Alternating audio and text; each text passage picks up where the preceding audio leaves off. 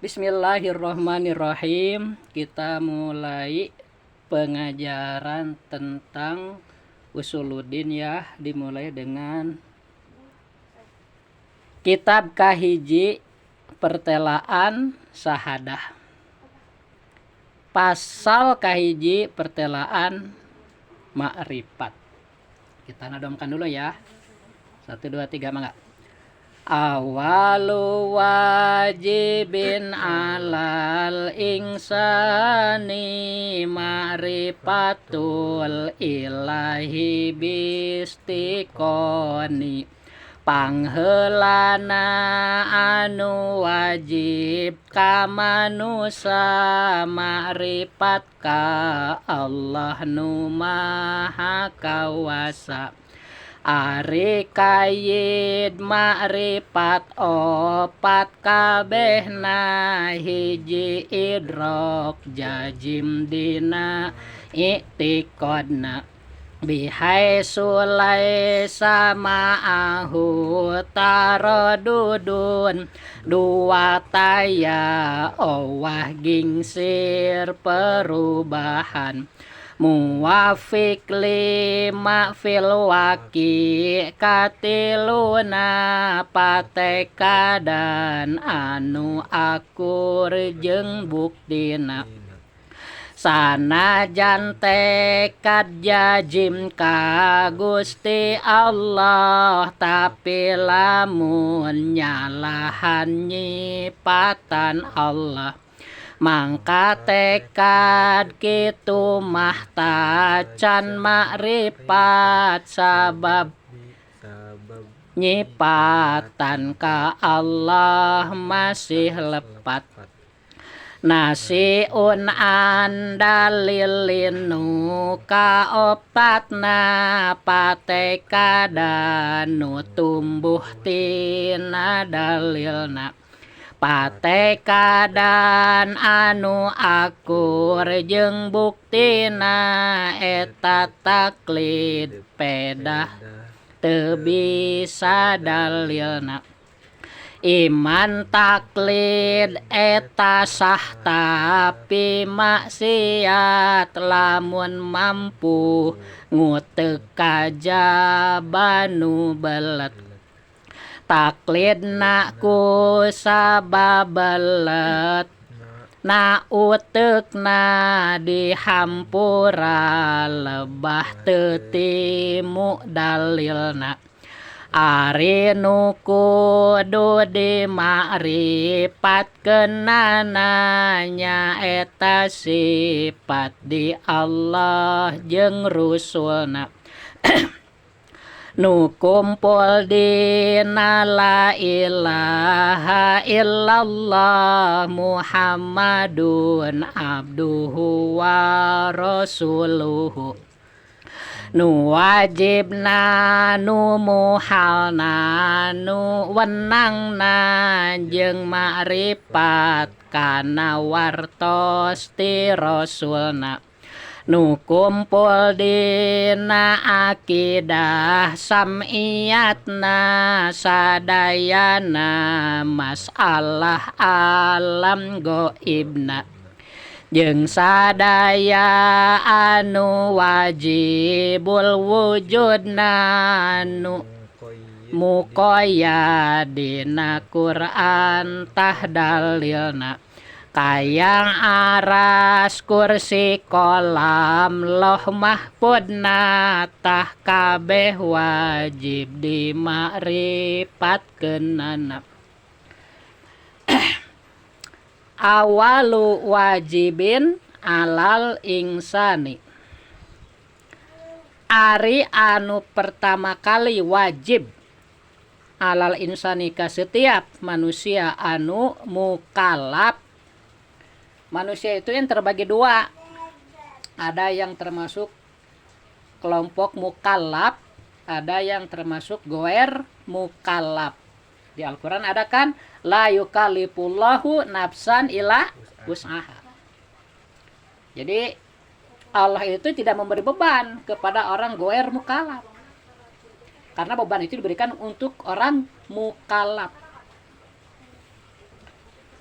Apa orang mukallaf itu? Ada 4 syaratnya. Pertama, sehat akalnya. Kedua, sudah dewasa. Ketiga, sehat panca inderanya. Dan keempat, sampai dakwah kepadanya. Berarti kalau orang tidak berakal, gila misalnya sejak lahir ya, mungkin kalau masih bayi nggak kelihatan kan, pas sudah mulai besar-besar kelihatan mungkin otaknya nggak normal. Misalnya hidup sampai dewasa, sampai meninggal, sampai kakek atau nenek misalnya, tetap gila itu goer mukallaf, tidak wajib ibadah, di akhirat masuk surga tanpa hisab. Mau begitu? Nah, udah bilang ya. Kita alhamdulillah dikasih sempurna. Nah itu sempurna itu dipakai ibadah. Sebab kesempurnaan panca indera itu untuk ibadah. Sehingga diberi beban oleh Allah kan? Beban kewajiban. Kedua apa tadi? Sudah dewasa. Sudah akil baligh. Itu batas dewasa itu kalau perempuan sudah haid minimal usia 9 tahun komariah ya, bukan 9 tahun samsiah, beda kan hitungannya. Beda. Jadi mungkin 9 tahun komariah itu kalau samsiah mah mungkin 9 bulan lebih 2 bulan mungkin lah ya. Hitung nanti ya. Kalau perempuan ini minimal usia haidnya itu 9 tahun. Ada yang koromis 13 kemarin. 13 ya. Setelah udah haid, udah balik gitu. Kalau laki-laki ihtilam, mimpi bersetubuh ya, mimpi tapi sampai keluar mani misalnya, air mani. Itu juga tanda-tanda balik. Jadi ini mah khusus haid, khusus perempuan. Kalau ihtilam mimpi itu ada perempuan ada laki bisa gitu ya. Jadi perempuan juga nggak semuanya dengan haid kan, ada yang dengan ihtilam, mimpi jima itu. Kalau laki-laki nggak bisa haid. Paling ihtilam, keluar mani gitu. Kemudian jika tidak haid dan tidak ihtilam itu dengan usia 15 tahun. Jadi haid tidak, ihtilam enggak, tapi usianya 15 tahun nih secara komariah atau komariah. Berarti udah balik, udah wajib ibadah gitu. Jadi yang mukallaf itu harus pertama berakal sehat. Kedua baligh, akil baligh ya. Sudah dewasa. Ketiga sehat inderanya. Artinya tidak buta tuli sejak lahir. Karena kalau orang buta tuli sejak lahir tidak mendengar, tidak bisa mendengar dan tidak bisa melihat, dia nggak akan bisa komunikasi, nggak akan tahu, dikasih informasi apapun nggak akan ngerti.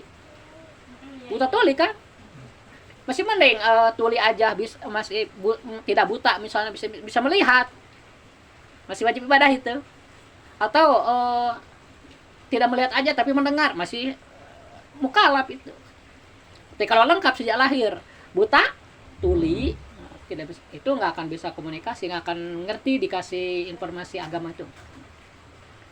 Sekali lagi ya, orang mukallaf itu pertama sehat akalnya, kedua sudah dewasa ya, akil baligh, ketiga sehat inderanya, tidak buta tuli sejak lahir. Ya, kalau buta tuli sejak lahir berarti bukan mukallaf. Kemudian yang keempat sampai dakwah kepadanya. Misalnya di suatu tempat ada komunitas manusia, tidak ada ustadz ke sana, tidak ada rasul, tidak ada nabi, tidak ada yang mengajarkan Islam, sampai mereka beribadah ke patung misalnya, sampai dewasa, sampai kakek-kakek nenek meninggal nggak berdosa, kan nggak ada yang dakwah, nggak tahu dia Islam itu gimana, jadi dimaafkan oleh Allah itu keadilan Allah itu. Nah yang 4 ini sebutnya ghair mukallaf. Ghair mukallaf itu salah satunya, tapi ghair mukallaf itu bisa saja akalnya tidak sehat ya, tidak berakal, rusak gitu, gila misalnya sejak lahir. Atau masih kecil sampai sebelum dewasa itu normal, kemudian kecelakaan. Pas mau menginjak dewasa kecelakaan misalnya ya. Jadi rusak akalnya. Nah itu juga sama, akhirnya kan nggak bisa komunikasi. Kemudian akil baligh juga. Jadi kalau misalnya meninggal nih sebelum akil baligh, walaupun anak orang kafir masuk surga kalau di akhirat. Paham ya? Jadi kan bersih-bersih. Kata Nabi, kullu mauludin yuladu alal fitrah. Setiap yang dilahirkan itu dalam keadaan suci, walaupun dia anak orang kafir, selama belum dewasa. Meninggal sebelum dewasa, selamat di akhirat. Cuma kalau orang tuanya kafir sampai meninggal, nggak bisa nolong orang tuanya. Cuma dia aja yang selamat. Kemudian Yang ketiga, sehat indranya itu. Kalau buta tuli berarti tidak sehat kan? Nah itu juga sama, nggak bisa komunikasi. Ini bukan mukalaf juga. Yang keempat, bulugu dakwah, sampai dakwah kepadanya. Kalau nggak ada yang dakwah, walaupun ibadahnya bukan kepada Allah misalnya, karena nggak ada yang ngasih tahu Islam, itu disebutnya ahli patroh itu. Kayak orang tua Nabi, itu ahli patroh mereka itu.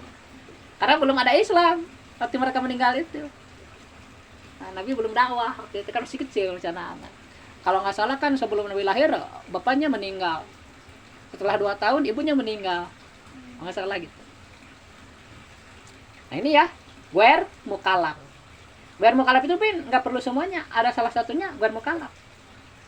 Ya. Misalnya akalnya aja yang rusak, atau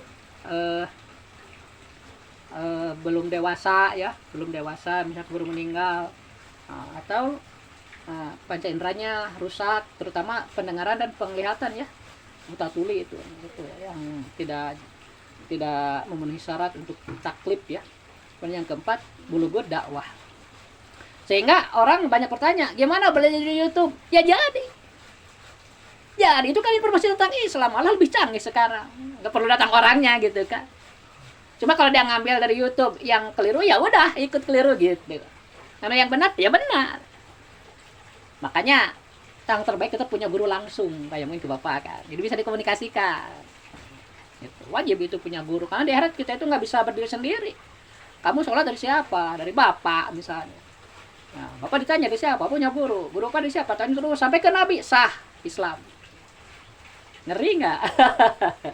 Kalau nggak punya guru kan putus, nggak nyampe dari Nabi, udah ditolak. Hingga kata Nabi, man ahadasa fi amrina hadza ma laysa minhu puwarodun. Barang siapa yang berkata dalam masalah agama ini, tapi bukan dari agama sendiri, bukan dari Nabi maksudnya, itu ditolak di akhirat. Artinya harus punya guru gitu tuh. Khusus masalah ilmu pokok ya, ilmu akidah, ilmu fikih dan ilmu akhlak ya. Tajwid terutama. Tajwid termasuk ilmu fikih kalau dalam pelajaran itu. Jadi wajib kepada setiap insan yang mukallaf. Awalu wajibin alal insani. Awalu wajibin, yang pertama wajib alal insani kepada semua manusia yang mukallaf. Alif lamnya di siniin alif lam lil istighraq. Alif lam ini punya makna. Lil istighraq itu artinya keseluruhan. Makanya alif lam itu berfungsi. Ini alif lam ini berarti semua manusia, nggak yang kelewat. Tapi manusia yang mukallaf. Mukallaf itu ada 4 syaratnya tadi apa? Berakal sehat, kemudian sudah baligh ya, kemudian sehat panca inderanya, tidak buta tuli ya, dan sampainya dakwah kepadanya ya, itu mukallaf. Kalau salah satu ini tidak ada, berarti goer mukallaf. Goer mukallaf itu masuk surga kelak di akhirat tanpa hisab. Nah, yang pertama wajib kepada seluruh manusia yang mukallaf itu yaitu ma'rifatul ilahi bistikon. Pertama harus tahu dulu siapa Allah. Misalnya ada orang kafir ya, kemudian dia mendengar tentang Islam. Setelah dia pikir-pikir di hati, dia membenarkan, wah Tuhan itu hanya Allah misalnya ya, hanya Allah. Setelah itu meninggal, selamat dia ya. Cuma karena belum sempat baca syahadat, menurut orang-orang sih kafir. Tapi karena Allah tahu, malaikat tahu, dia itu sebenarnya beriman. Kan dalam hatinya membenarkan. Jadi iman itu otomatis. Setiap orang yang membenarkan tiada Tuhan selain Allah, asal tidak dicampur dengan musyrik, langsung dia disebut beriman oleh malaikat. Misalnya orang tadi tidak sempat ngasih tahu nih, tapi dia dengar-dengar, pikir-pikir, dibanding-banding gitu kan, misalnya Tuhan Allah dengan Tuhan-Tuhan orang lain, misalnya dibanding, tetap itu yang masuk ke akal itu hanya Allah gitu kan, sebagai Tuhan gitu kan misalnya. Dia percaya itu langsung iman. Itu beruntung, jadi amalnya sedikit, hanya percaya aja. Nah kalau kita gimana? Kita panjang umur alhamdulillah, bukan cuma harus tentang sifat Allah, harus meyakini tentang Tuhan itu hanya Allah, harus juga meyakini Nabi Muhammad itu utusan Allah kan, harus meyakini juga bahwa kita yang turunkan Allah itu Al-Quran misalnya kan. Nah jadi ada 6 kita kewajibannya ya, jadi itu mah orang yang pertama aja masuk Islam ya, selama dia yakin Tuhan itu hanya Allah dan tidak dibarengkan dengan musyrik, tidak sambil misalnya sambil meyakini bahwa Tuhan itu punya anak, nah itu sambil musyrik ya. Nah, iman tapi campur musyrik gitu. Bukan begitu. Murni aja dia yakin Tuhan itu hanya Allah. Benar meninggal.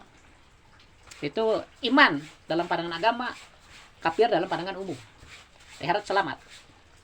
Itu urusan Allah ya. Yang kedua mungkin orang itu sudah bisa komunikasi dengan orang Islam gitu, baca syahadat malah ya di depan orang masuk Islam gitu. Nggak lama meninggal, itu juga selamat di akhirat. Cuma iman aja itu. Bentuk Quran kata Nabi. Man qala akhiru kalamihi la ilaha illallah dakhalal jannah.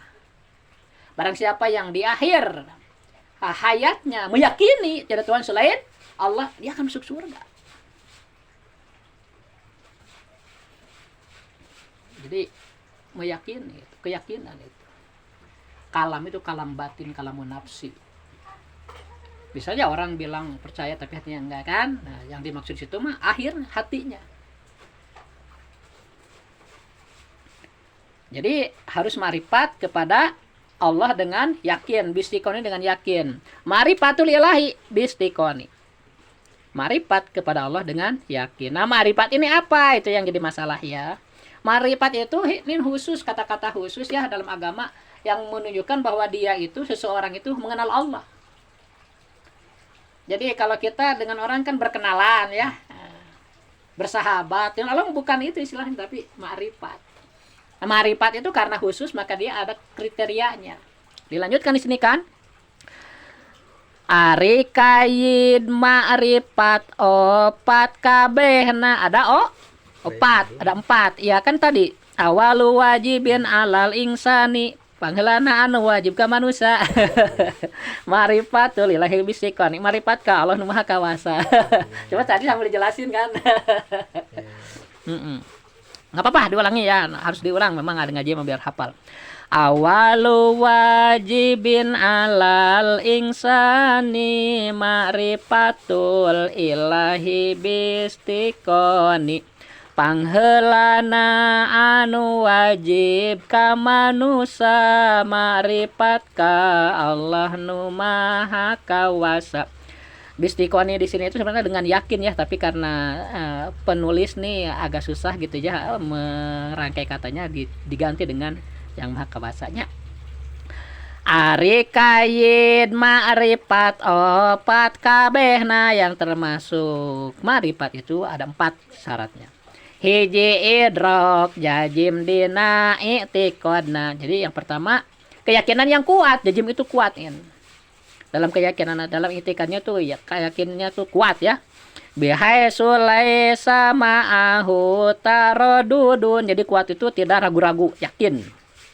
Nah, ragu-ragu terhadap Allah itu nih bisa menyebabkan seorang murtad. Khusus bagi kita yang udah lama beriman ya, mengaku iman gitu.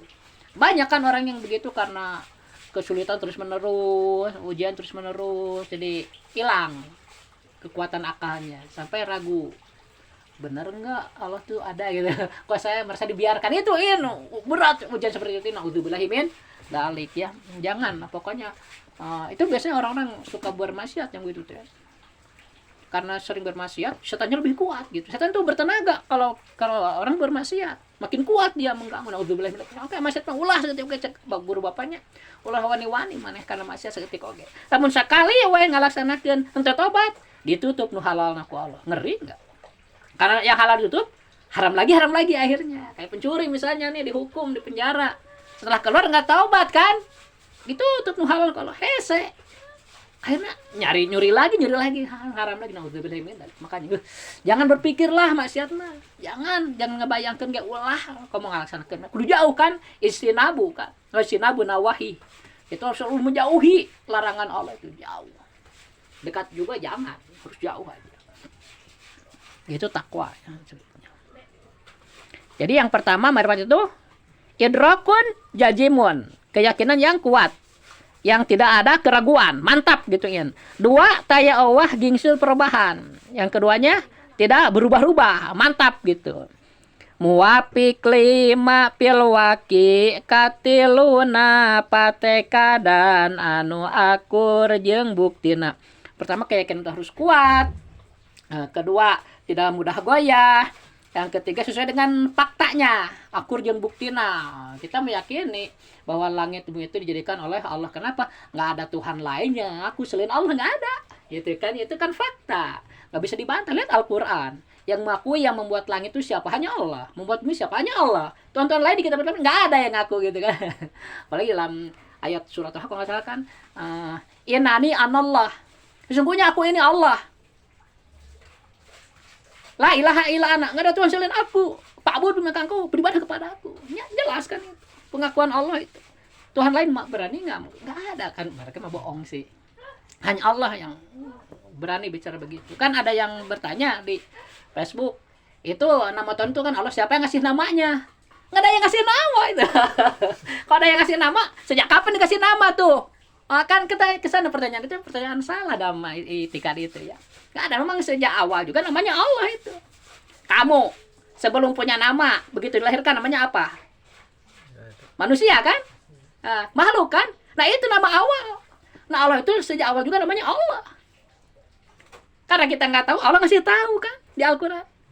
Inani anallah, kami itu Allah. Disebut kami itu bukan berarti banyak, tapi karena menunjukkan keagungan. Kami itu Allah. Allah sendiri yang ngasih tahu. Ya.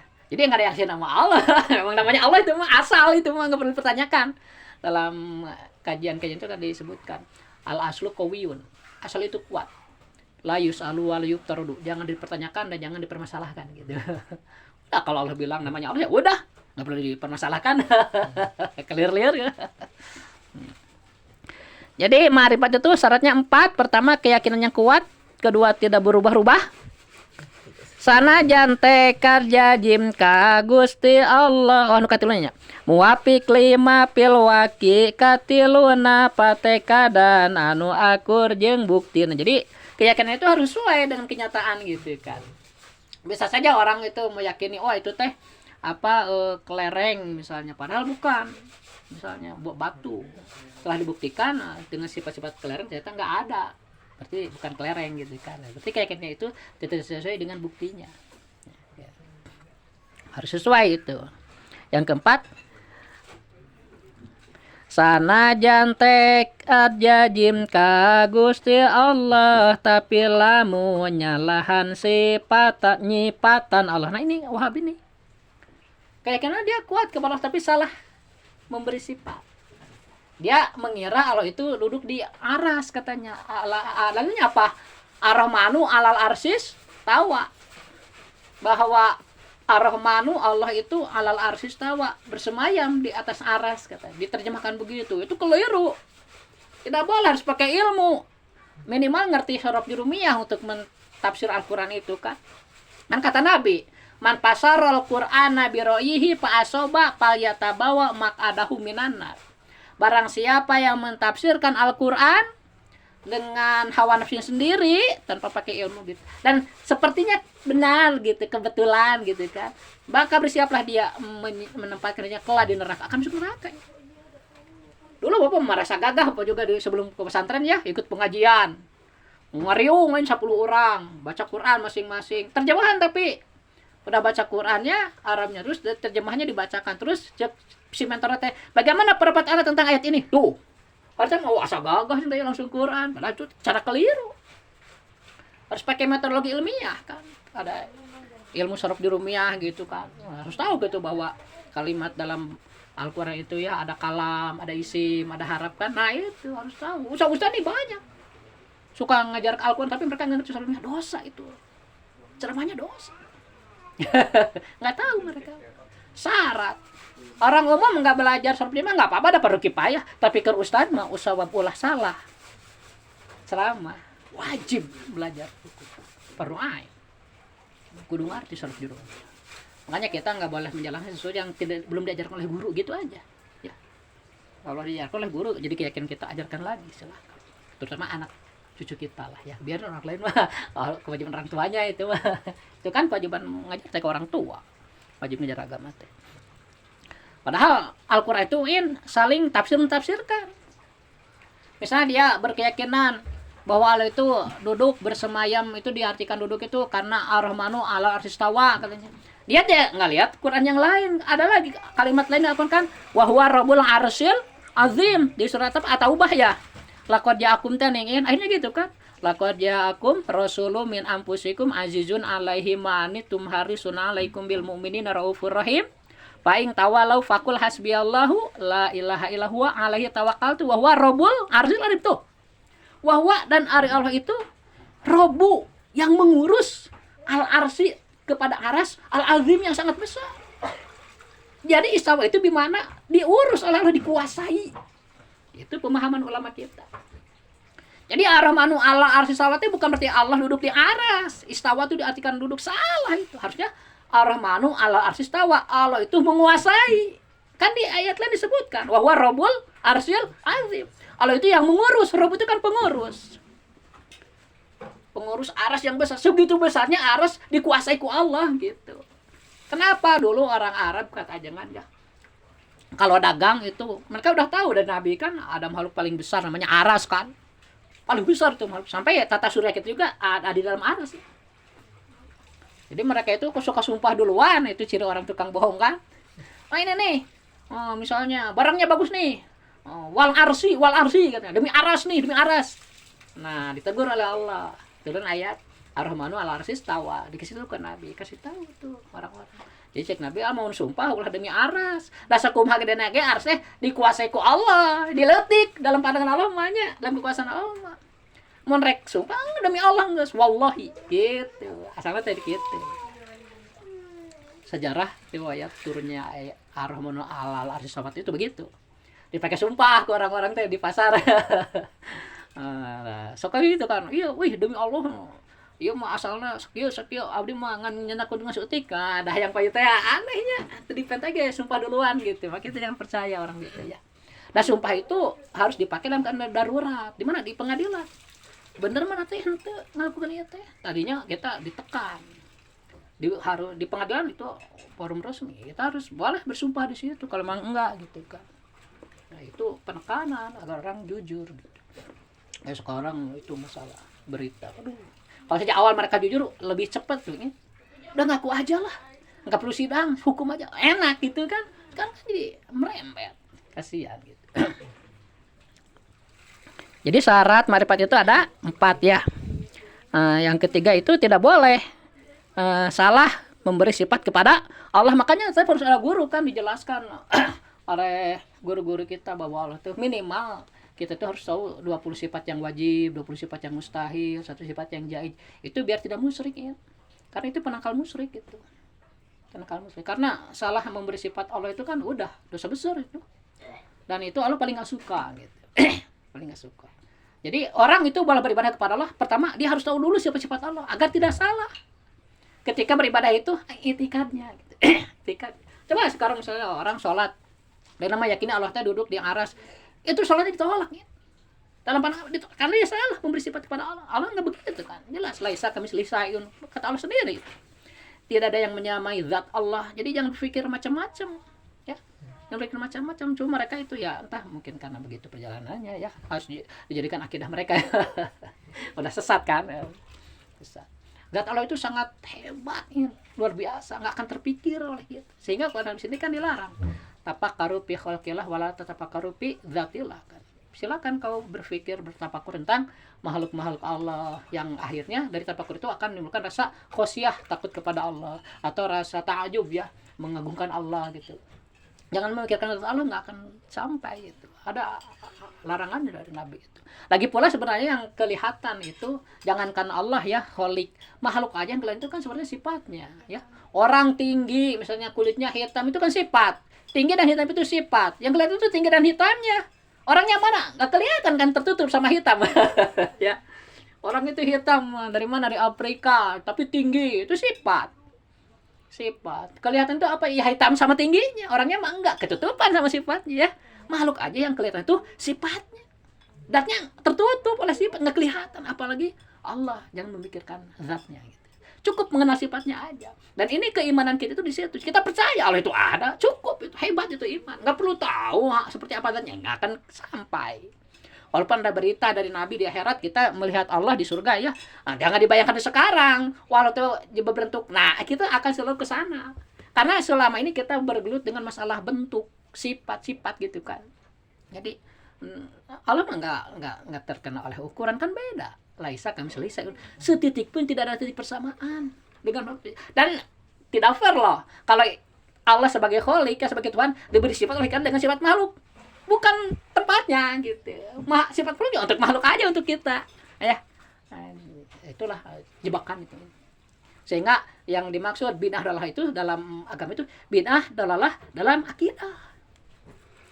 Dalam akidah bid'ah itu pasti dalalah, sesat. Seperti meyakini Allah atas aras, duduk di atas arasnya, atau Allah ada di langit, Tuhan ada di langit. Nah, itu jelas dalalah itu. Jadi ya bukan dalam masalah syariah. Dalam syariah itu ada dua bid'ah itu. Ya, kalau tidak bertentangan dengan hukum syara, berarti hasanah. Bahkan bisa jadi wajib bid'ahnya itu, kayak membukukan Al-Qur'an ya. Membukukan Al-Qur'an itu kan.